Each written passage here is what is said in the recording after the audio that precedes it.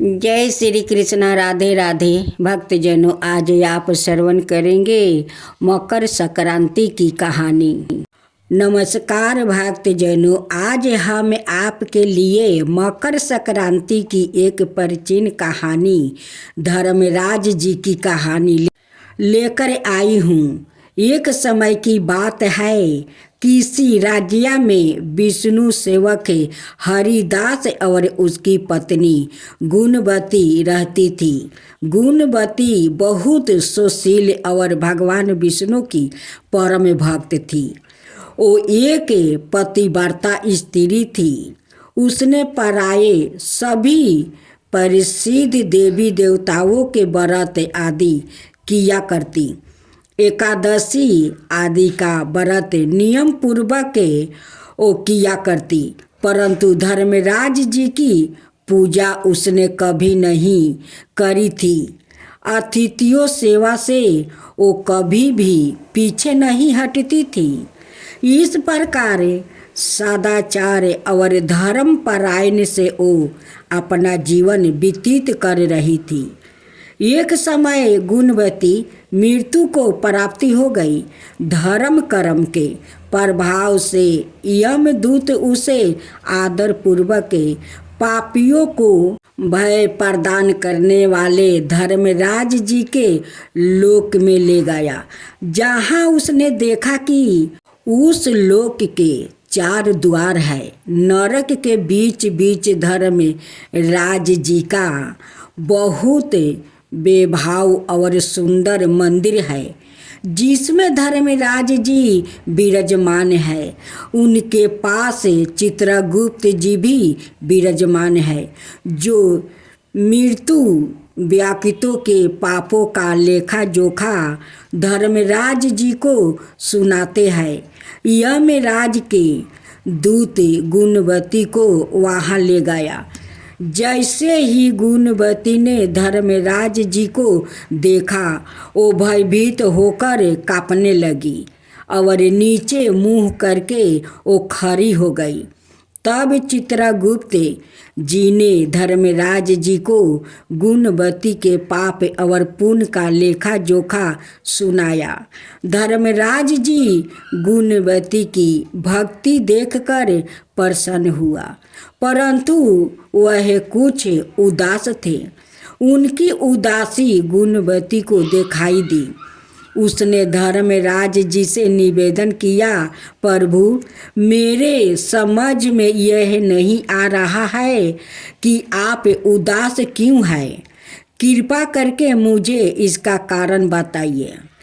तब धर्मराज जी ने कहा, हे देवी, तुमने जप तप व्रत दान आदि कर सभी देवताओं को संतोष किया है, परंतु मेरे नाम का तुमने कभी भी कोई भी दान पुण्य व्रत आदि नहीं किया है।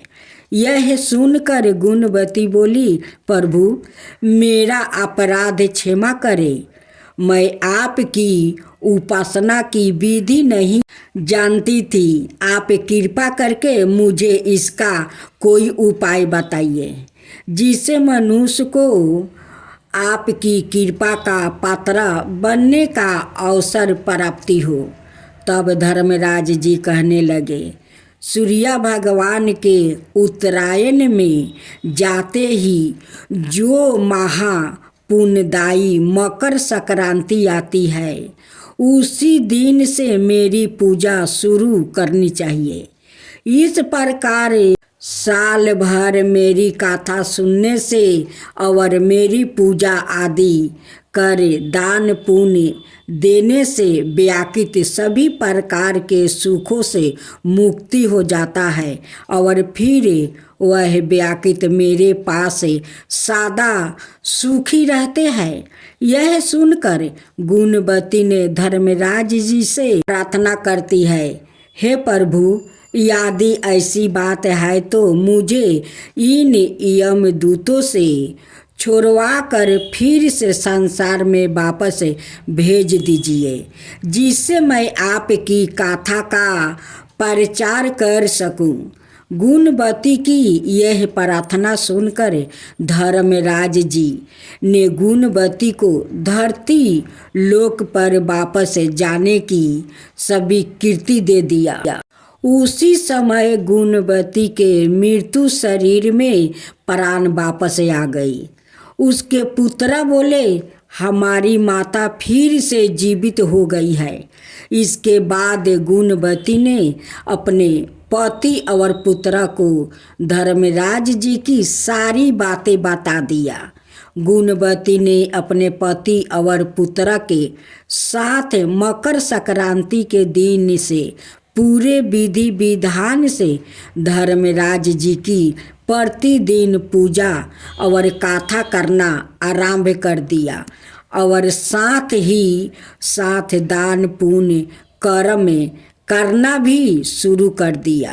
इस प्रकार गुणवती ने साल भर कथा सुनी और वह सभी सुखों को भोगने के बाद जब मृत्यु को प्राप्ति हुई तो स्वर्ग में देवताओं ने गुणवती का आदर सत्कार किया। हे धर्मराज जी, इस कथा को कहते सुनते और हुंकार भरते सब पर अपनी कृपा बनाए रखिएगा। तुलसी विवाह से जोड़ी पौराणिक कथा। माता तुलसी का असली नाम बिंदा था। उनका जन्म राक्षस कुल में हुआ था, लेकिन वह श्री हरि विष्णु की परम भक्त थी। बिंदा जब बड़ी हुई तो उनका विवाह जलंधर नाम के असुर से करवा दिया गया। बिंदा भगवान विष्णु की परम भक्त तो थी ही, साथ ही वह पतिव्रता स्त्री भी थी। उनकी भक्ति और पूजा के कारण उनका पति जलंधर अजय होता गया और इसके चलते उसे अपनी शक्तियों पर अभिमान हो गया था और उसने स्वर्ग पर आक्रमण कर देव कन्याओं को अपने अधिकार में ले लिया। इससे क्रोधित होकर सभी देव भगवान श्री हरि विष्णु की शरण में गया और जलंधर के आतंक का अंत करने की प्रार्थना की। परंतु जलंधर का अंत करने के लिए सबसे पहले उसकी पत्नी बिंदा का सतीव्रता भंग करना आवश्यक था। भगवान विष्णु ने अपनी माया से जलंधर का रूप धारण कर लिया। बिंदा का पतिव्रता धर्म को नष्ट कर दिया और इसके परिणाम स्वरूप जलंधर की शक्ति छीन हो गई और वह युद्ध में मारा गया। लेकिन जब बिंदा को श्री हरि के छल का पता चला तो उन्होंने भगवान विष्णु से कहा, हे नाथ, मैंने आजीवन आपकी आराधना की है। आपने मेरे साथ ऐसा कृत्य कैसे किया? इस प्रश्न का कोई उत्तर श्री हरि नहीं दे पाया और तब बिंदा ने भगवान विष्णु से कहा कि आपने मेरे साथ एक पाषाण की तरह व्यवहार किया है प्रभु। मैं आपको श्राप देती हूँ कि आप पाषाण बन जाइए। यह कहते ही भगवान श्री हरि पत्थर समान हो गया और सृष्टि का संतुलन बिगड़ने लगा। तब देवताओं ने बिंदा से प्रार्थना की कि वो अपना श्राप वह वापस ले ले। भगवान विष्णु की बिंदा के साथ हुई छल से लज्जित थे और अंत में उन्होंने भगवान विष्णु को क्षमा कर दिया। दिए गए भगवान विष्णु को श्राप मुक्ति कर जलंधर के साथ सती हो गई। बिंदा की राख से एक पौधा निकली जिसे श्री हरि विष्णु ने तुलसी का नाम दिया और वरदान दिया कि तुलसी के बिना मैं किसी भी प्रसाद को ग्रहण नहीं करूँगा। मेरे शालिग्राम रूप से तुलसी का विवाह होगा और कालांतर में लोग इस तिथि को तुलसी विवाह करेंगे। उन्हें सुख और सौभाग्य की प्राप्ति होगी। तुलसी विवाह है पूजा विधि। तुलसी विवाह के दिन सूर्योदय से पूर्व ही उठकर नृत्य क्रियाओं से निवृत्त होकर स्नान करे और साफ सुथर वस्तु धारण करे। इसके बाद तुलसी जी को लाल रंग की चुनरी चढ़ाए और उन्हें श्रृंगारे की सभी वस्तुओं अर्पित करे। यह सब करने के बाद शालिग्राम जी को तुलसी के पौधे के स्थापित करें। इसके बाद पंडित जी के द्वारा तुलसी और शालिग्राम का पूरे रीति रिवाज से विवाह करवाया जाता है।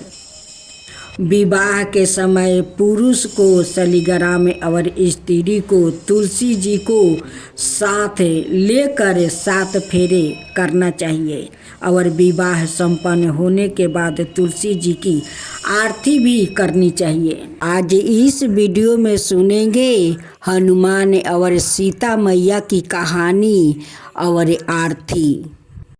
इस पावन शुभ आरती को जो सुनेगा वो हनुमान जी का कृपा पाएगा। जय श्री कृष्णा। राधे राधे। भक्तजनों, आज आप श्रवण करेंगे मंगलवार की हनुमान जी की सच्चा कथा। हनुमान जी की राम और सीता के प्रति भक्ति की कहानी सचमुच दिल को छू लेने वाली है। ऐसी ही एक कहानी उनकी आस्था और सरल हृदय को दर्शाती है।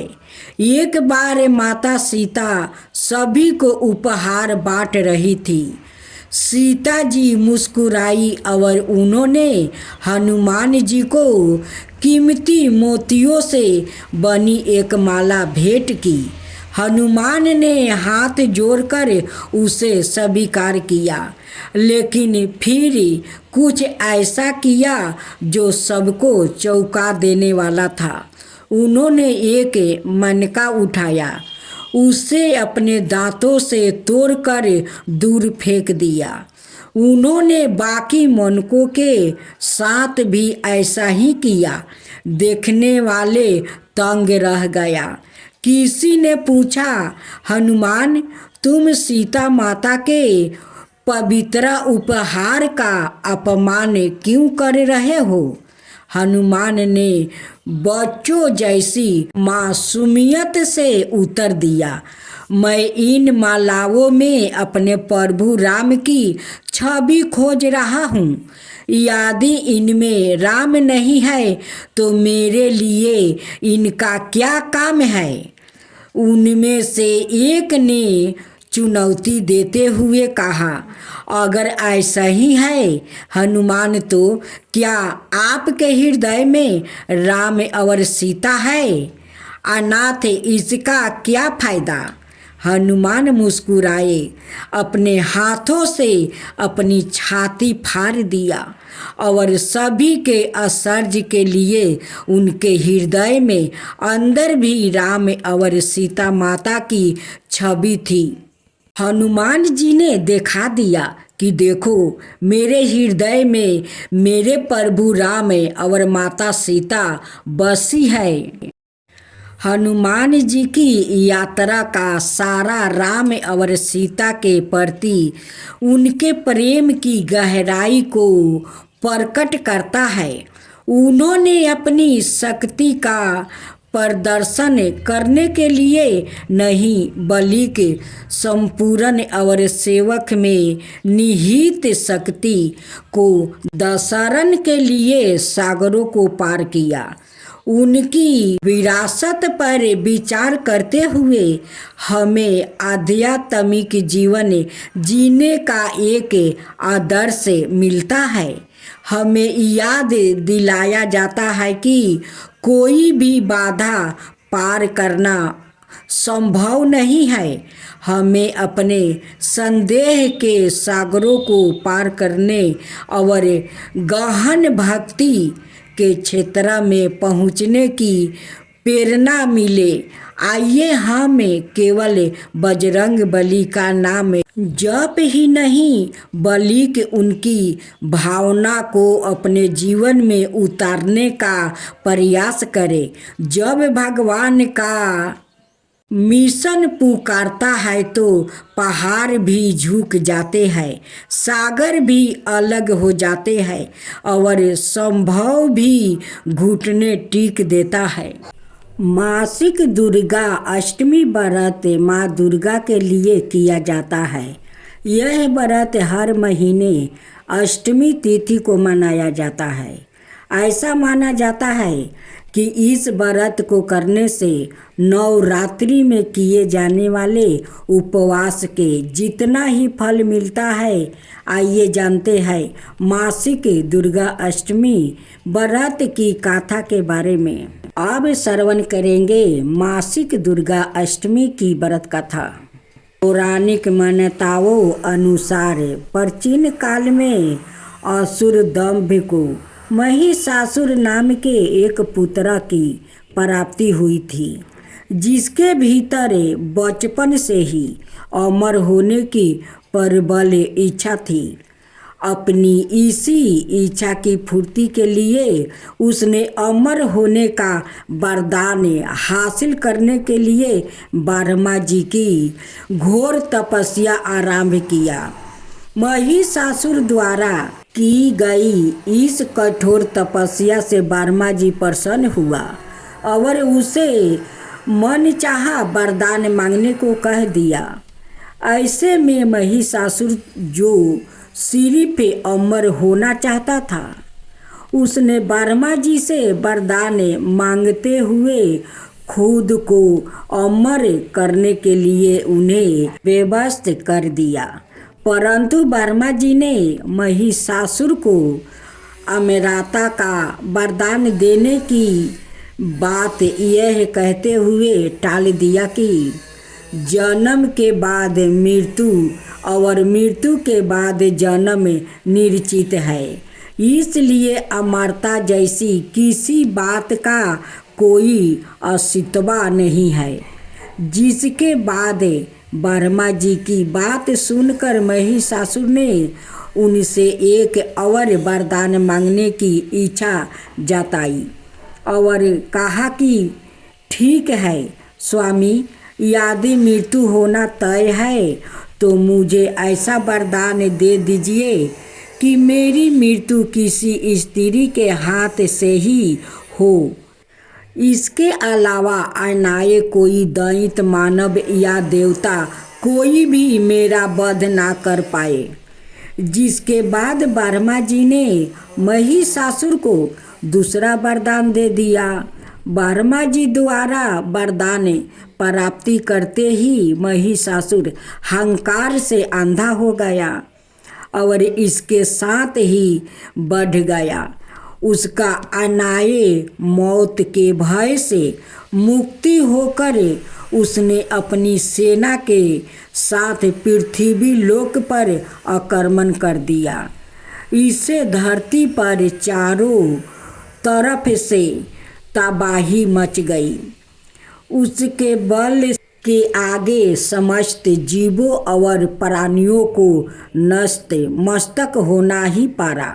जिसके बाद पृथ्वी और पाताल को अपने अधीन करने के बाद अहंकारी महिषासुर ने इंद्रलोक पर भी आक्रमण कर दिया, जिसमें उन्होंने इंद्रदेव को पराजित कर स्वर्ग पर भी कब्जा कर लिया।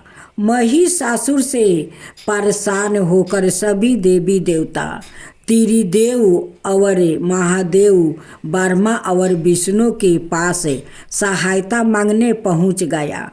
इस पर विष्णु जी ने उसके अंत के लिए देवी शक्ति के निर्माण की सलाह दी। जिसके बाद सभी देवताओं ने मिलकर देवी शक्ति को सहायता के लिए पुकारा और इस पुकार को सुनकर सभी देवताओं के शरीर में से निकले तेज ने एक अत्यंत खूबसूरत सुंदरी का निर्माण किया। उसी तेज से निकली माँ आदि शक्ति, जिसके रूप और तेज से सभी देवता भी आश्चर्यचकित हो गए।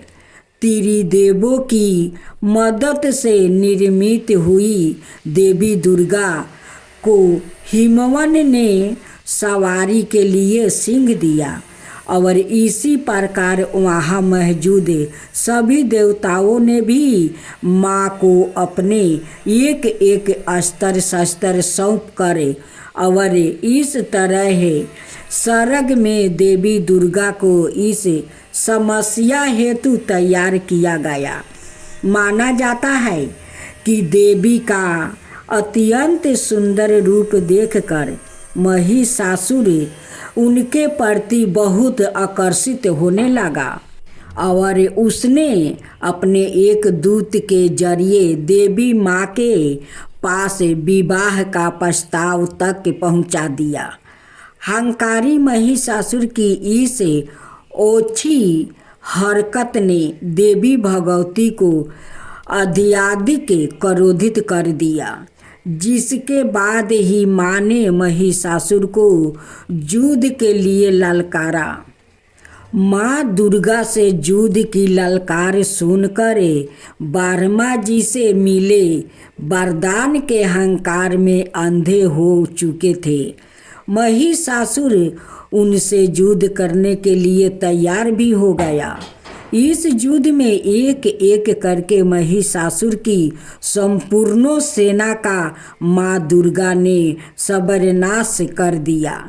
इस दौरान माना यह भी जाता है कि यह युद्ध पूरे 9 दिन तक चला, जिस दौरान असुरों के सम्राट महिषासुर ने विभिन्न रूप धारण कर देवी माँ को छलने की कई बार कोशिश की, लेकिन उसकी सभी कोशिशें आखिरकार नाकाम रही और देवी भगवती ने अपने चक्र से इस युद्ध में महिषासुर का सिर काटते हुए उसका वध कर दिया। अंत इस तरह देवी भगवती के हाथों महिषासुर की मृत्यु के संभव हो पाई। माना जाता है कि जिस दिन माँ भगवती ने दुर्गा लोक, पृथ्वी लोक और पाताल लोक को महिषासुर के पापों से मुक्ति दिलाई, उस दिन से ही दुर्गा अष्टमी का पर्व आरंभ हो गया।